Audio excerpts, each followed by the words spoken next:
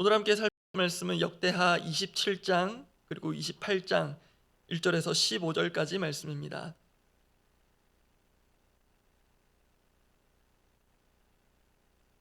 역대하 27장 그리고 28장 1절에서 15절까지 말씀.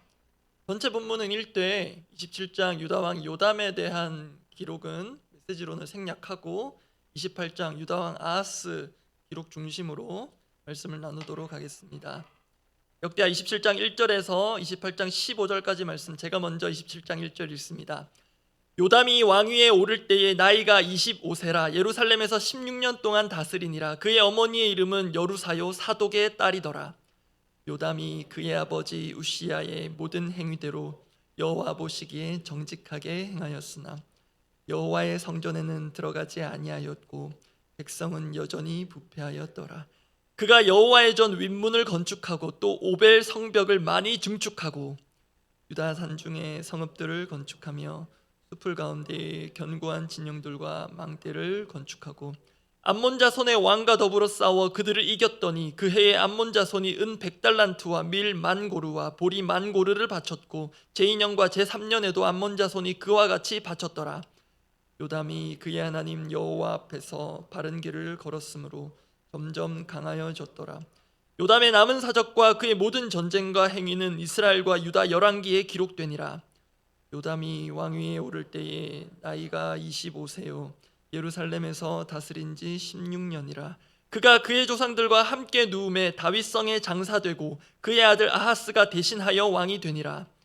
아하스가 왕위에 오를 때에 나이가 20세라 예루살렘에서 16년 동안 다스렸으나 그의 조상 다윗과 같지 아니하여 여호와 보시기에 정직하게 행하지 아니하고 이스라엘 왕들의 길로 행하여 바알들의 우상을 부어 만들고 또 흰놈의 아들 골짜기에서 분향하고 여호와께서 이스라엘 자손 앞에서 쫓아내신 이방 사람들의 가증한 일을 본받아 그의 자녀들을 불사르고 또 산당과 작은 산 위와 모든 푸른 나무 아래에서 제사를 드리며 분향하니라.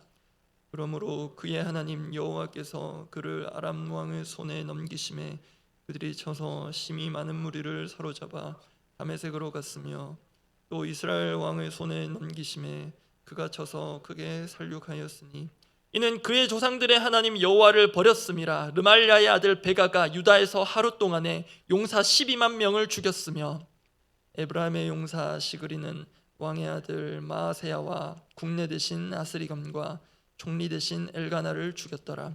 이스라엘 자손이 그들의 형제 중에서 그들의 아내와 자녀를 합하여 20만 명을 사로잡고 그들의 재물을 많이 노략하여 사마리아로 가져가니 그곳에 여호와의 선지자가 있는데 이름은 오뎃이라.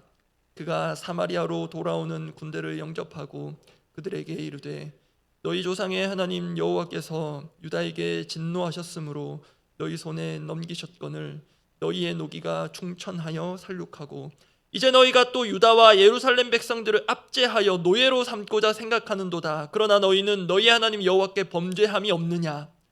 그런즉 너희는 내 말을 듣고 내 형제들 중에서 사로잡아온 포로를 놓아 돌아가게 하라. 여호와의 진노가 너에게 임박하였느니라 한지라. 에브라임 자손의 우두머리 몇 사람 곧 요하난의 아들 아사랴와 무실레못의 아들 베레갸와 살룸의 아들 여히스기야와 하들레의 아들 아마사가 일어나서 전장에서 돌아오는 자들을 막으며 그들에게 이르되 너희는 이 포로를 이리로 끌어들이지 못하리라. 너희가 행하는 일이 우리를 여호와께 허물이 있게 함이니 우리의 죄와 허물을 더하게 함이로다. 우리의 허물이 이미 커서 진노하심이 이스라엘에게 임박하였느니라 하매 이에 무기를 가진 사람들이 포로와 노략한 물건을 방백들과 온 회중 앞에 둔지라. 이 위에 이름이 기록된 자들이 일어나서 포로를 맞고 노략하여 온 것 중에서 옷을 가져다가 벗은 자들에게 입히며 신을 신기며 먹이고 마시게 하며 기름을 바르고 그 약한 자들은 모두 나귀에 태워 데리고 종려나무 성 여리고에 이르러 그의 형제에게 돌려준 후에 사마리아로 돌아갔더라.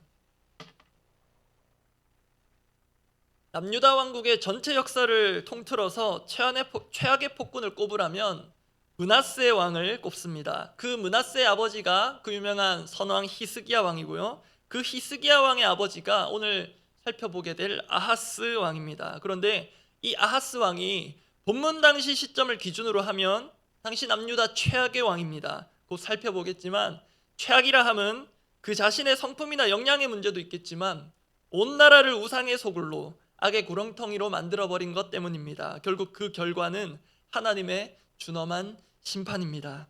이렇게 사람은 최악의 상황을 만들고 그에 준하는 결과를 초래하지만 다행한 것은 하나님은 그 가운데에서도 은혜를 베푸사 최악을 면케하십니다. 나아가 죄악으로부터도 건져내십니다. 그렇게 폭군 아하스의 암울한 시대의 특징을 한 가지 살펴보고 그 가운데 더욱 빛을 발한 것 같은 하나님의 일하심을 주목하며 함께 기도하는 새벽 되고자 합니다. 최악으로 치닫는 사람 그리고 최악을 면케하시는 하나님이라는 제목인데요. 그 첫 번째는 희생으로 내몰다입니다. 최악으로 치닫게 하는 사람의 편에서의 말인데요. 희생으로 내몰다. 최악으로 치닫게 하는 사람의 특징입니다. 희생으로 내몰다.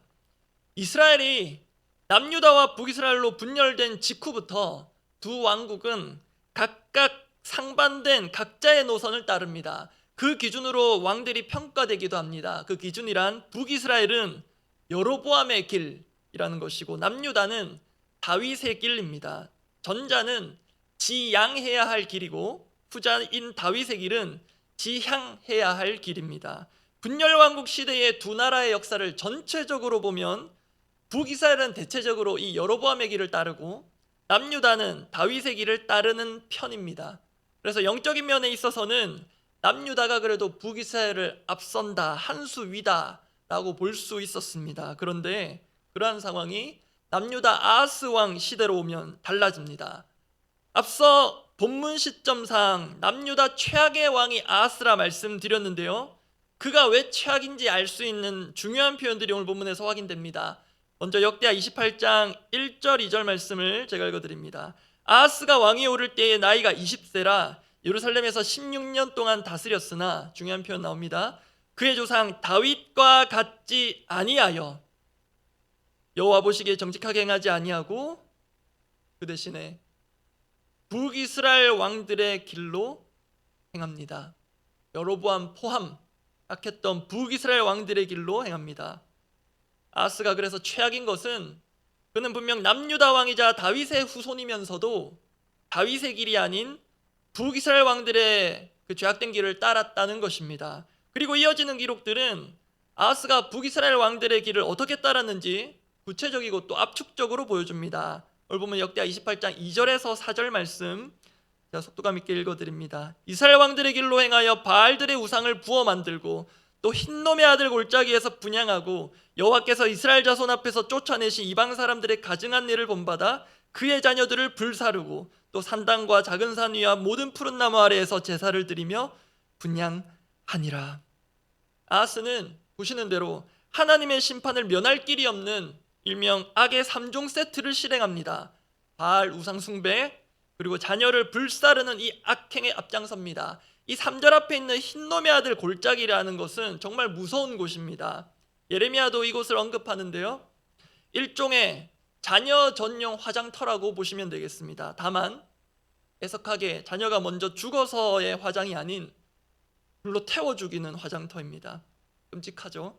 그리고 4절 보면 온 나라 구석구석을 우상으로 도배합니다.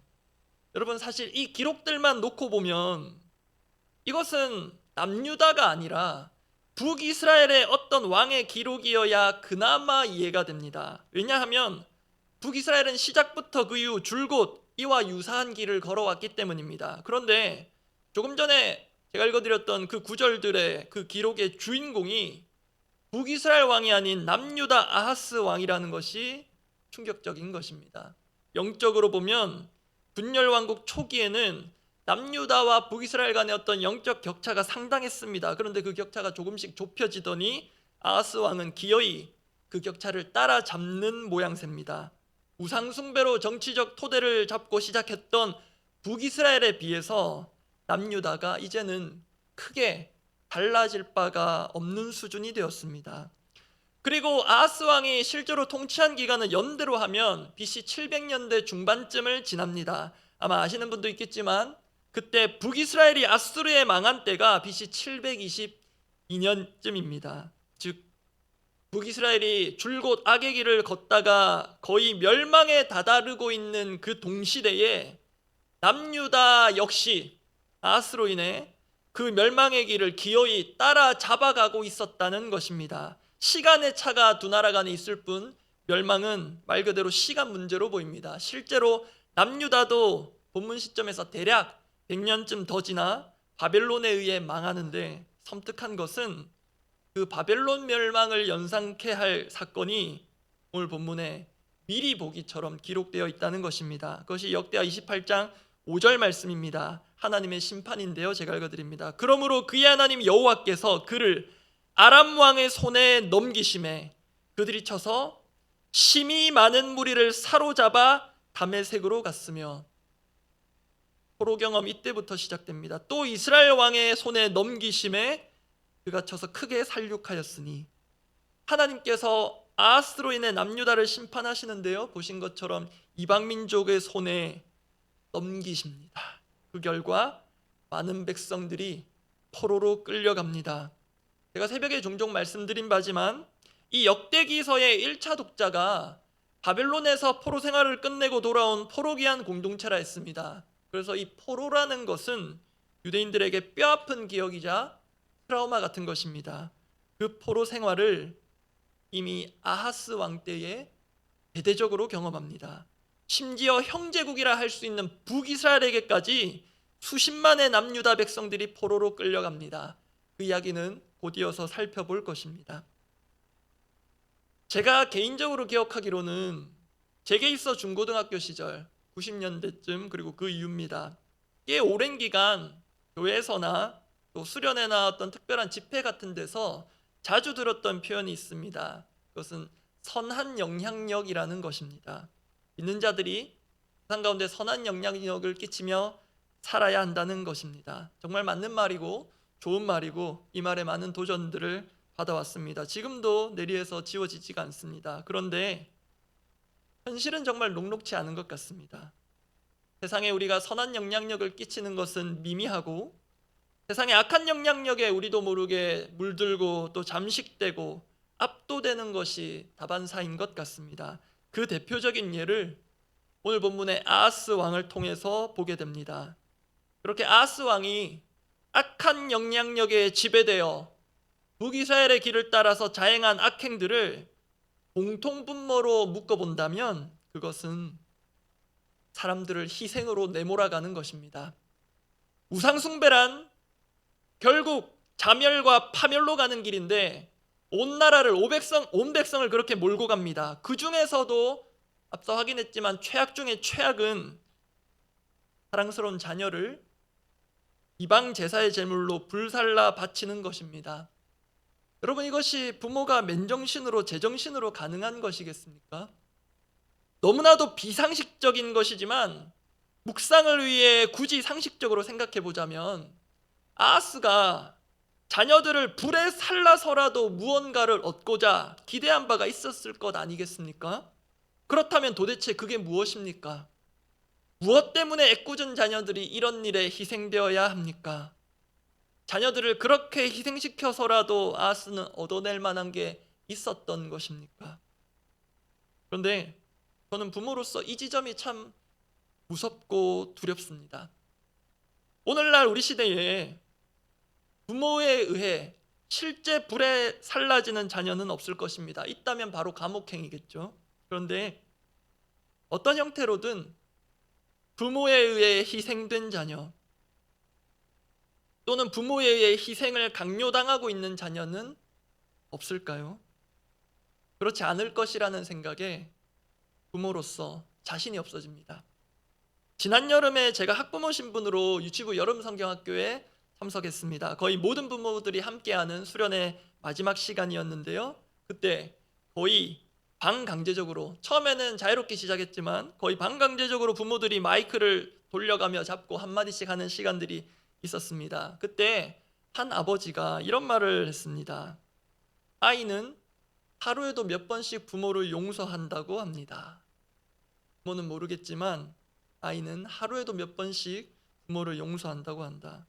그 말에 격하게 공감하셨는지 현장에 계신 유치부 교사 중에 갑자기 닭똥 같은 눈물을 막 흘리시는 분들도 계셨습니다. 저도 참 공감이 됐고 생각할수록 그런 것 같습니다. 그래서 그 후로 제가 저희 집에 있는 천사와 인형에게 종종 묻습니다. 혹시 아빠가 진아한테, 선아한테 잘못한 거 있어?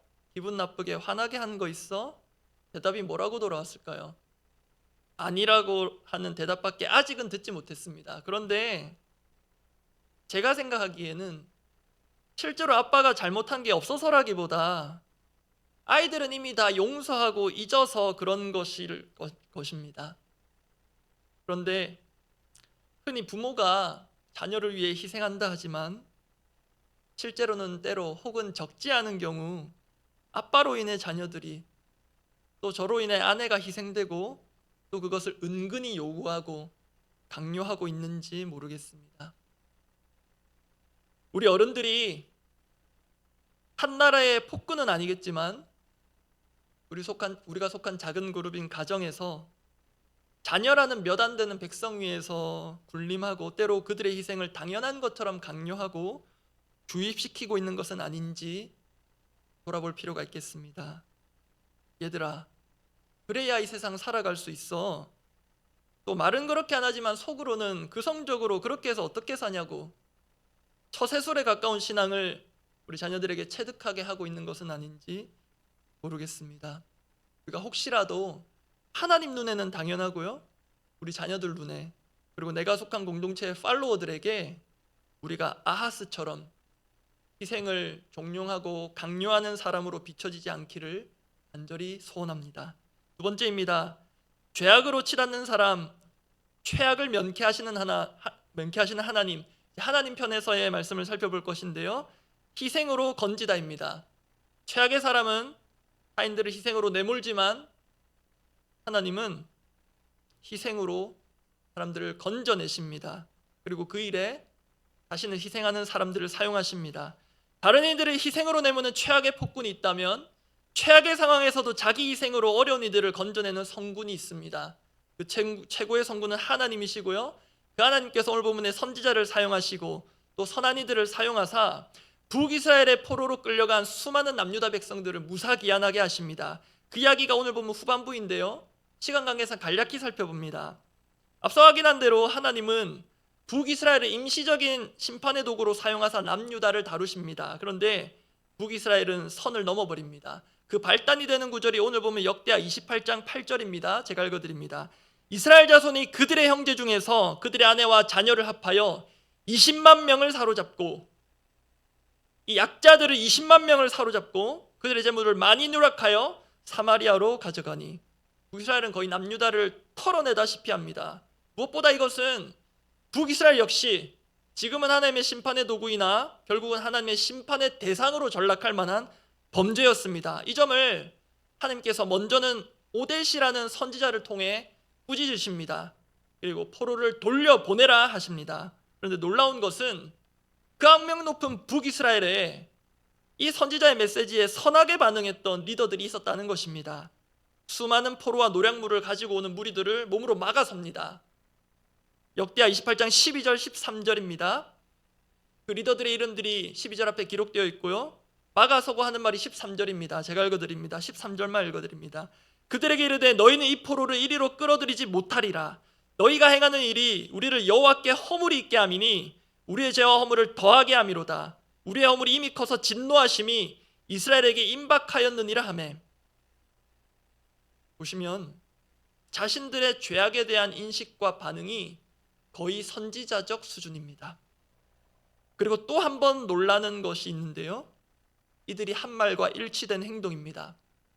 조금 길지만 역대하 28장 15절 말씀 한 구절 한 구절 눈여겨 함께 읽어보겠습니다. 이 위에 이름이 기록된 자들이 일어나서 포로를 맞고 노략하여 온 것 중에서 옷을 가져다가 벗은 자들에게 입히며 신을 신기며 먹이고 마시게 하며 기름을 바르고 그 약한 자들은 모두 나귀에 태워 데리고 종려나무 성 여리고에 이르러 그의 형제에게 돌려준 후에 사마리아로 돌아갔더라. 제가 이 구절을 한 구절 한 구절 유심히 읽자고 한 이유가 있습니다.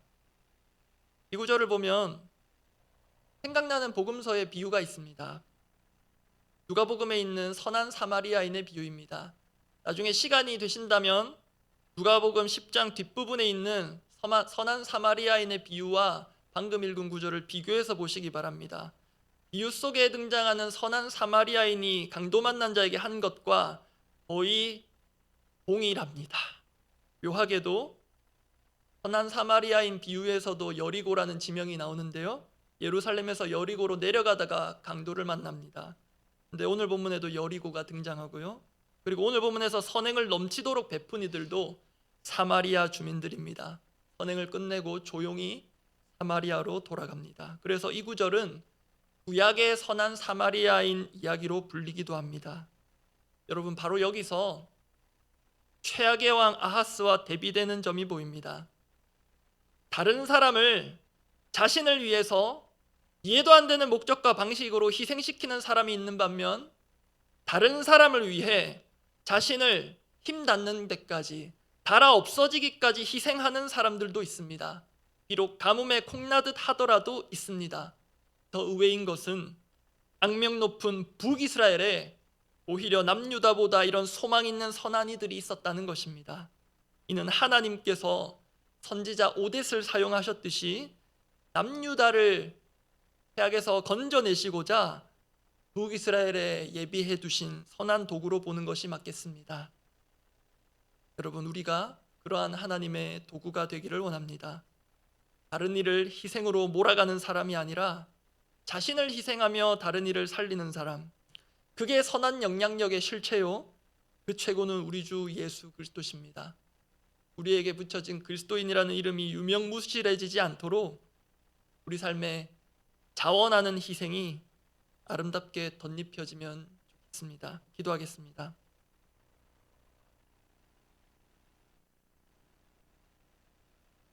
구약의 사마리아인 이야기를 할 수 있는 역대하 28장 15절 제가 다시 읽어드리고 기도하고자 합니다.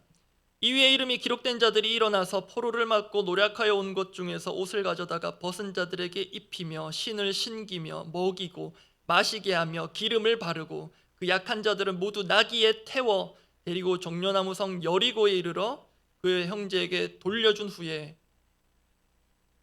이름도 없이 빛도 없이 사마리아로 돌아갔더라. 그런데 성경은 이 사람들의 이름을 기록해 두었고 이 위의 이름이 기록된 자들이라고 한 번 더 짚어줍니다. 우리의 기도 제목은 이렇습니다. 짧은데요, 나를 위해서, 또 본의 아니든 나로 인해서 누군가를 희생시키는 사람이 아닌 나의 희생으로 누군가를 살리는 사람이기를 원합니다. 그분이 그리스도시고 정말 그 그리스도를 삶으로 닮은 그리스도인으로 살기를 원합니다. 그 마음으로 이 구절에 그 사마리아 출신의 그 이름 기록된 리더들이 한 행위 하나라도 그대로 따를 수 있는 이날 되도록 기대하며 기도하면 좋겠습니다. 기도하겠습니다. 하나님 아버지, 아빠로 인해 또 목회자로 인해 또 저로 인해 본이든 본이 아니든 내 주변에 숨죽이며 눈물 삼켜가며 희생하고 있는 이들이 있다면 보게 하시고 손 내밀게 하시고 무엇이 언제부터 어떻게 잘못된 것인지 서로가 함께 마음을 열고 해결해 나가는 아름다운 화해의 길을 주님 열어주시옵소서. 사람은 최악의 상황으로 만들는 신통한 재주가 있지만 주님은 그 가운데서도 최악의 길을 막아서시고 면케하시도록 사람들을 사용하시고 그 악한 나라 가운데서도 한 줄기 빛과도 같은 사람들을 일으키고 세우사 당신의 백성들을 건져주시는데, 주님, 정말로 말처럼 쉬운 것은 아니지만 나를 희생시키기 시작하면 바보로 여기고 바보 취급하는 세상 가운데에서 굴복당하지 아니하고 그리스도께서 하신 것처럼 비록 미물에 불과한 존재이나 나를 희생시켜가며 다른 누군가를 입히고 신기고 먹이고 마시게 하고 태워주고 데려다주고 보살펴주는 그 참 그리스도인의 삶을 살아가게 하여 주시옵소서. 우리 공동의 기도 제목을 두고 기도합니다. 하나님을 기뻐하고 한 영혼을 기뻐하는 더사랑교회 되게 하옵소서. 하나님을 향한 헌신 그리고 한 영혼을 위한 희생 가운데 그 어디서도 맛볼 수 없는 기쁨을 맛보는 교회 되기를 원합니다. 그 희생과 헌신이 새생명 축제에도 필요할 것입니다. 축제고 기쁨의 잔치지만 그 뒤에는 수많은 눈물과 그 영혼을 향한 헌신과 고심들이 담겨 있을 것입니다. 그런 것들이 모든 것들이 그런 우리의 수고와 땀과 눈물이 또 우리 한 영혼들과 함께 별처럼 빛나는 축제 되도록 준비하며 기도하면 좋겠습니다.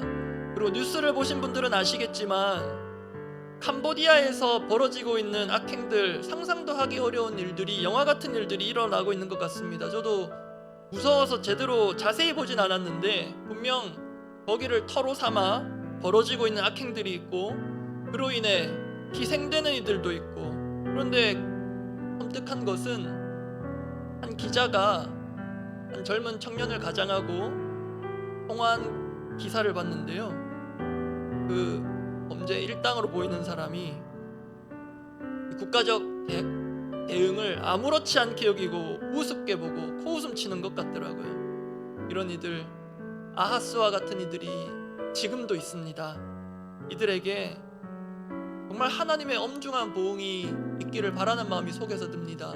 물론 저도 그와 크게 다르지 않은 존재이지만 그러함에도 이 무시무시한 일들이 이 땅 가운데 여전히 자행되고 있는데, 주님, 이 땅의 젊은 청년들이 혹하여서 그 범죄에 연루되지 않게 하시고 그 가운데 희생되지 않도록 그 길을 주님께서 친히 막아서 달라고, 이 나라의 능력 있고 또 책임 있는 자들이 또 나라 간에 또 협조하에 공조하에 이 일당들이 소탕되게 해달라고, 그래서 더 이상 애꿎은 희생자들이 발생하지 않도록 이 나라를 위해, 이 국가적 범죄를 위해 하나님의 공의를 구하며 기도하면 좋겠습니다.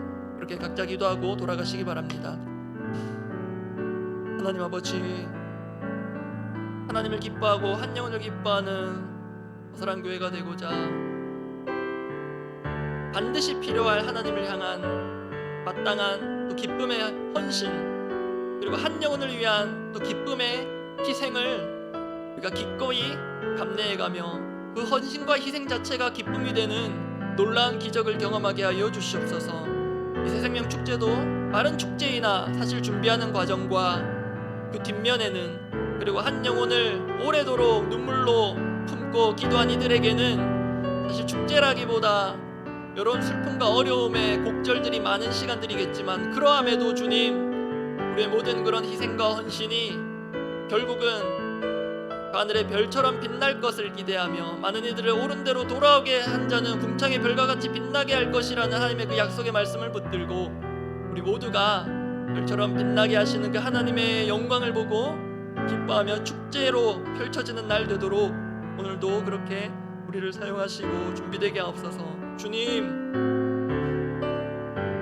현 시대에도 벌어지고 있는 말 못할 참상과 악행과 범죄들, 완전 범죄를 꿈꾸며 애꿎은 사람들을 희생시켜가며 그 앞에 조금도 망설임도 없는 이 악의 축과도 같은 이들을, 주님, 우리 사람은 어찌 추적도 안 되고 적발도 안 되는데 하나님, 하나님의 공의로, 하나님의 능하신 손으로 그로 인해 억울하게 희생되는 이들이 더 이상 발생하지 않도록 주님 역사하여 주옵소서. 하나님, 그들과 크게 다르지 않은 저의 모습이나 그렇게 주님 앞에 구하오니, 주님, 그렇게 젊은 자녀들을 잃고 눈물 흘리는 가정에 주님 위로하여 주시고, 또 우리 젊은이들이 한순간의 유혹에 휩쓸려 그런 범죄에 연루되지 않도록, 가담하지 않도록 하나님, 이 나라 젊은이들을 불쌍히 여겨주시고, 그렇게 희생의 길로 강요되고 내몰리고 있는 이 나라의 악의 구조가 있다면 주님, 천천히라도 바뀌어 가도록 위정자들과 책임 있는 이들이 더욱 책임감 있게 일들을 국정을 수행하게 하여 주시옵소서.